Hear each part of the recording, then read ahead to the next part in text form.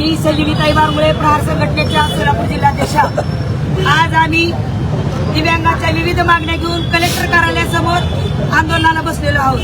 त्या मागण्या म्हणजे अशा आहेत की शासन निर्णयाप्रमाणे आमदार खासदार निधी जो वर्षाला 30 लाख असतो तो खर्च केला जात नाही, तर ती कलेक्टर साहेबांनी तात्काळ त्यांना आदेश द्यावे। दिव्यांगाचा जो नियोजन समितीचा निधी असतो 1% तो खर्च केला जात नाही। दिव्यांगाचा 5% जिल्हा परिषद पंचायत समिती नगरपालिका नगरपंचायत इथं निधी असतो तोही खर्च केला जात नाही। अंत्योदय योजनेमध्ये दिव्यांगाचं समायोजन केलं जात नाही। तर आणि ज्या काही नियोजन समिती आहे, समजा कलेक्टर कार्यालयाच्या असतील, जिल्हा परिषद असेल, पंचायत समिती असेल, तहसील कार्यालय असेल, संजय गांधी नियोजन असेल, त्या समितीवरती आतापर्यंत दिव्यांगाची कुठल्याही समितीवर निवड झालेली नाही। आणि निवड झाली नसल्यामुळे दिव्यांगाचे व्यथा काय आहेत तिथं मांडणारा जोपर्यंत व्यक्ती नसणार आहे तोपर्यंत दिव्यांगाचं हित होणार नाही। तर आता अधिवेशन साहेब चालू आहे, त्या अधिवेशनामध्ये आतापर्यंत तुम्ही बघताय दिव्यांगाची व्यथा आतापर्यंत कुणी मांडलेली नाही। असं का? जर आम्हाला दिव्यांगाला आमदार खासदार निवडून द्यायचा अधिकार आहे, मग या नेत्यांनी सुद्धा विधान भवनामध्ये असेल, अधिवेशनामध्ये असेल, आमच्या दिव्यांगाच्या बऱ्याच मागण्या आहेत त्या आतापर्यंत मंजूर झालेल्या नाहीत। मग शासन निर्णयच काढलाय, मग शासन निर्णयाची जर अंमलबजावणी होत नसेल तर या अधिकाऱ्यावर कारवाई केली पाहिजे। म्हणून आज आम्ही इथं आंदोलनाला बसलेलो आहोत।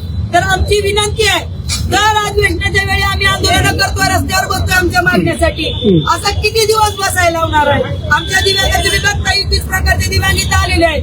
दर वेळेला मागणीसाठी आमच्या दिव्यांगाला कार्यालयासमोर बसावंच का?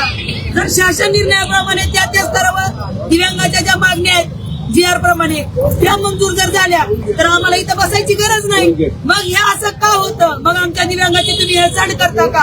आमदार बच्चू कडूंच्या माध्यमातून, माझे आमदार जे आहेत त्यांच्या माध्यमातून अनेक वेळा प्रश्न मांडण्यात आले, त्याच्याची काही पूर्तता झाली नाही का? हो, होती ना। काय करतात, आम्ही मध्ये बघितलं की आकाशवाणी आमदार निवास ताब्यात घेतलं, नागपूरला आंदोलन केलं, वारंवार आम्ही आंदोलन करतोय।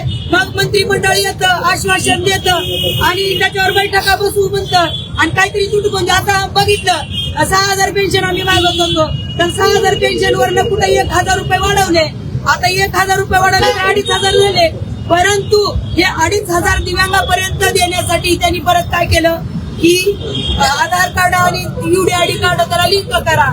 बऱ्याच दिव्यांगाला काही या गोष्टी माहित नाहीत आणि माहीत झाल्यानंतर ज्यावेळी दिव्यांग ऑनलाईन करतं आणि संजय गांधी ऑफिसला देतं, तर त्या ऑफिसमध्ये त्यांनी काय करायला पाहिजे की ज्या दिव्यांगानं दिलेला आहे तर त्याची एक पोच दिली पाहिजे। परंतु असं जमा करतात काय होतं आणि नंतर ज्यावेळी पुढच्या महिन्यात विचार केले ती दिलंच नाही म्हणतात। आता जिल्हाधिकारी कार्यालयातून बोलण्यात आलं तुम्हाला?